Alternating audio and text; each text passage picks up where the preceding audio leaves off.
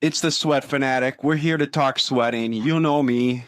I loves to sweat, and you should too if you don't already. So I like to classify as there are four different ways to sweat. Obviously, there's a lot more than that.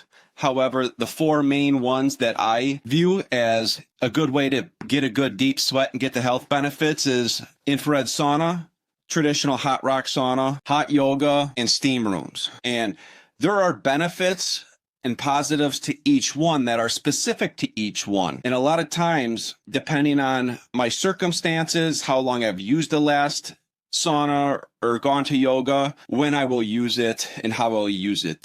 All four are good, solid tools to put in our toolbox to make us feel great and improve our health. So let's get into it. Number one, if I always have my choice, I prefer a good infrared sauna, preferably the sauna that I have at home that I am sitting in right now. I love it.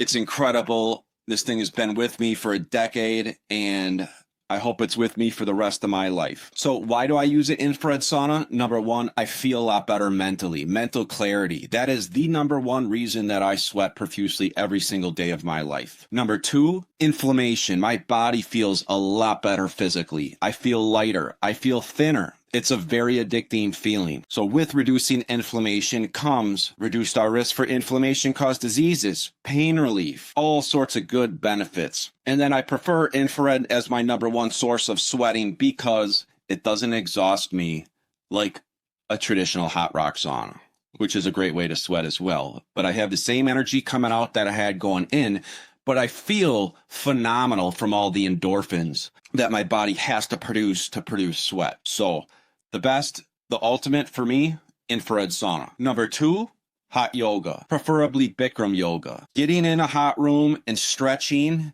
it's incredible. And that's why I stretch in my infrared sauna at home as well, is because the act of stretching the muscles, stretching the tissue, it feels really good, and it's really good for us as well. So there are different type of hot yoga classes, and there's benefits to each one. Now, the original is Bikram hot yoga. A lot of times people don't like to call the term Bikram yoga, so they'll call it 26 and 2 or original hot yoga. They'll use different terms because Bikram, the one that created that sequence, or didn't create it, he made it popular. He doesn't have the best reputation, so they don't want to attach that name to it. So you got to look out.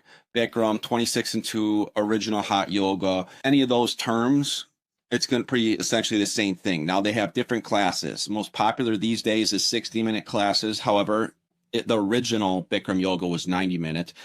And the original was 105 degrees with 40% humidity. So it made it feel like it was 125 degrees.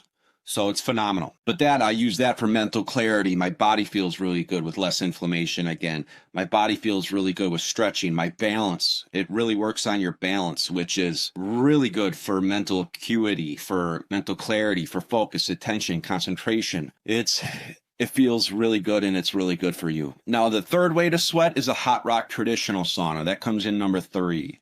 So the benefit of using a hot rock sauna would be that you're going to start sweating faster. You're not going to sweat more, but you're going to start sweating faster. So if you don't have much time and you got to get going and you only got 15, 20 minutes, a hot rock sauna is a good option for you because it gets the ball rolling. You get in there, you get out. I do enjoy the steam of in my airway and cleaning out my sinuses. I enjoy the high heat hitting my skin, and it feels really good on my skin. Now, when I use a hot rock, I feel good for about 4 or 5 hours. When I use my infrared at home, I feel good all day long, along with hot yoga. But if I only have 15, 20 minutes to get a good sweat, that's a good option. Really, if you can do 45 minutes in an infrared, that's going to give you more benefits, and you're going to feel better afterwards. So that's really the benefit of the traditional hot rock sauna, is if you're in a time crunch and you don't have 45 minutes to use it.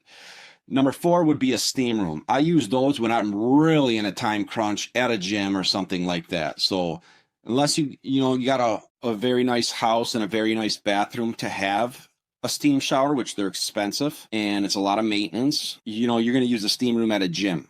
So if I don't have much time, but I need to activate my muscles to work out, I'll work out, and then I'll go in a steam room if I don't have much time, because I'll just go in there and stretch. It does produce some sweat. Now, it's not producing nearly as much sweat as infrared or even a traditional hot rock sauna, because the moisture in the air supplements your sweat. So the more you sweat, the better you're going to feel, because the more endorphins your body releases, the more detoxification you're getting out of your system as far as heavy metals, toxins, stuff like that. So last resort is a steam room.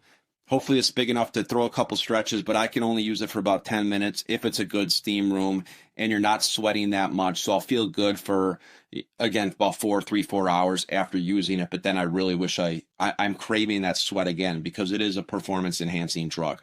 So that's the 4 ways that I like to sweat, and the best ways to sweat. The most popular, the best by far, infrared heat. Number 2 comes in at hot yoga. Number 3 would be the traditional hot rock sauna. And then at the end would be a steam room.